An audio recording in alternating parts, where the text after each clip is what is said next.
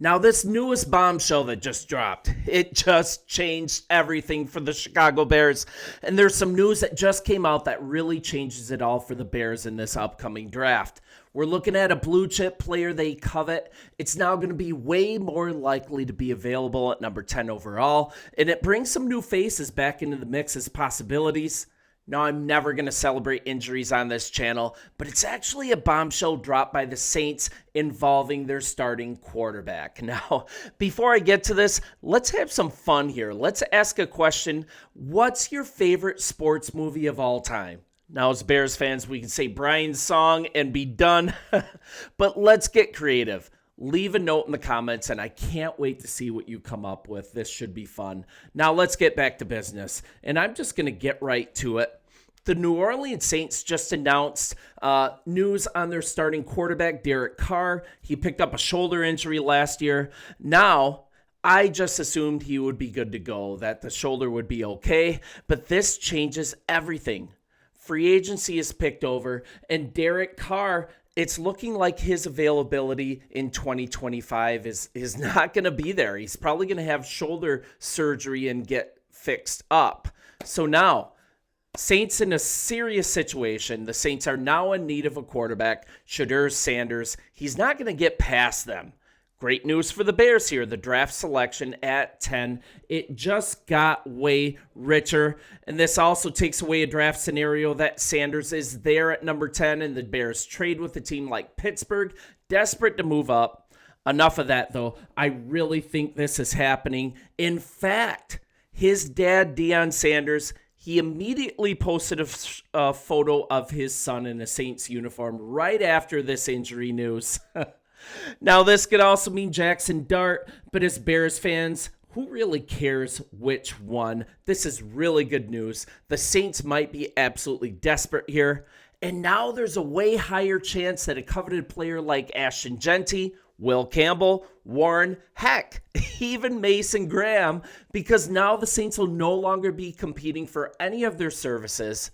How likely is this to happen? I say this often, and many of you would agree. Vegas knows, right? Let's look at BetMGM. Earlier this week, the prop on which position the Saints would draft first was led by quarterback at plus 300 odds. Basically, plus 300 odds. That means if you bet 100, you have to bet 100 to win 300. So it's pretty favorable odds. It's almost like a lock. Then the Carr news came out, and then on Friday afternoon, the odds of the Saints drafting a quarterback first had moved to minus 105. Next on the list was cornerback at fairly long plus 625 odds. So anyways, just to kind of get to this, everyone knows the Saints didn't want a quarterback. They probably couldn't afford to exit the first day now without one. This is a shallow year, the first rounder. It's going to be used on QB. So what does this do for the Bears? I think it's pretty obvious. I also am going to talk about tomorrow how the Raiders are very unlikely to pick Ashton Jeanty. That's another kind of a bombshell that dropped. So what does this do for the Bears? Let's kind of go through it here. I think it's a foregone conclusion that the Titans take Cam Ward, right? I think that's a lock. And then let's go from there. Let's say Hunter to Cleveland. Carter to the Giants. I mean, it doesn't matter in what order, but I think Mason Graham, he looks like a player that Mike Vrabel would definitely bring in. So I think it's pretty evident that those four players are likely going to be off the board unless something weird happens. And at this point, who is on the board if those things happen? Will Campbell. We've got Membo, Shedeur, Jeanty, Tet McMillan at wide receiver. A lot of people forget about him. You got Tyler Warren, Shamar Stewart, really nice edge.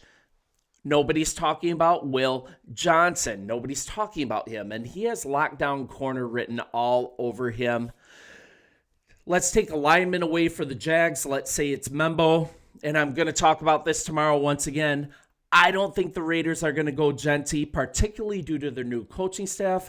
I think Pete Carroll is absolutely thirsting for Will Johnson as a cornerback. That sounds kind of weird. I'll put that a different way.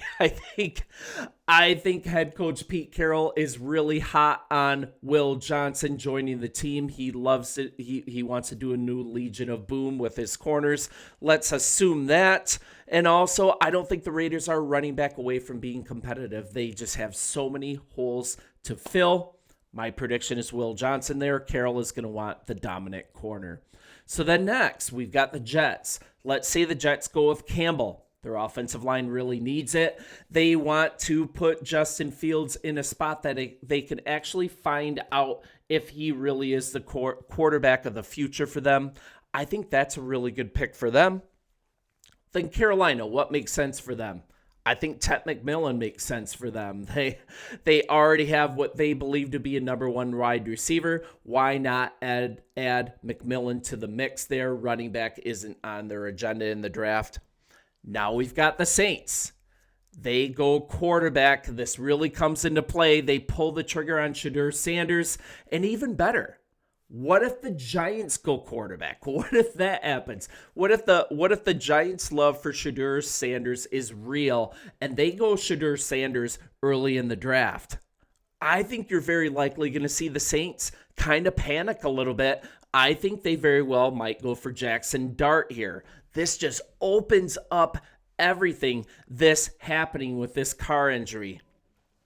Now, this possibility of Ashton Jeanty, it's absolutely very real. The Saints are no longer a contender. I don't think the Raiders are a contender for his services. Warren's going to be there, I think, for sure. And then if something shifts, one of the top two offensive linemen are there. What if Mason Graham drops as a result of this? If the Giants go elsewhere. Shamar Stewart is even possible here. What I'm saying here, this car injury being announced, it for sure changes absolutely everything for the Bears in this draft. Even more options to choose from. And what else this news getting out does? Now teams are aware of the Saints' need. A team like the Giants can no longer be casual because there were some thoughts that the Giants, maybe a team that needs a quarterback a little more low-key, would be able to wait until the second, would be able to maybe casually trade up back into the first to get one of these quarterbacks. Now it's not really possible because it's showing that now the Saints, the top guy isn't going to get past them. So the draft focus is going to be at quarterback once again. That greatly benefits the Bears. The Bears can kind of make their move in the background as they're wont to do. So no way this isn't a really good thing, but in the same vein, I feel bad about Carr's injury. The guy's just a really good man. He's a really big-time man of faith. I hate seeing that.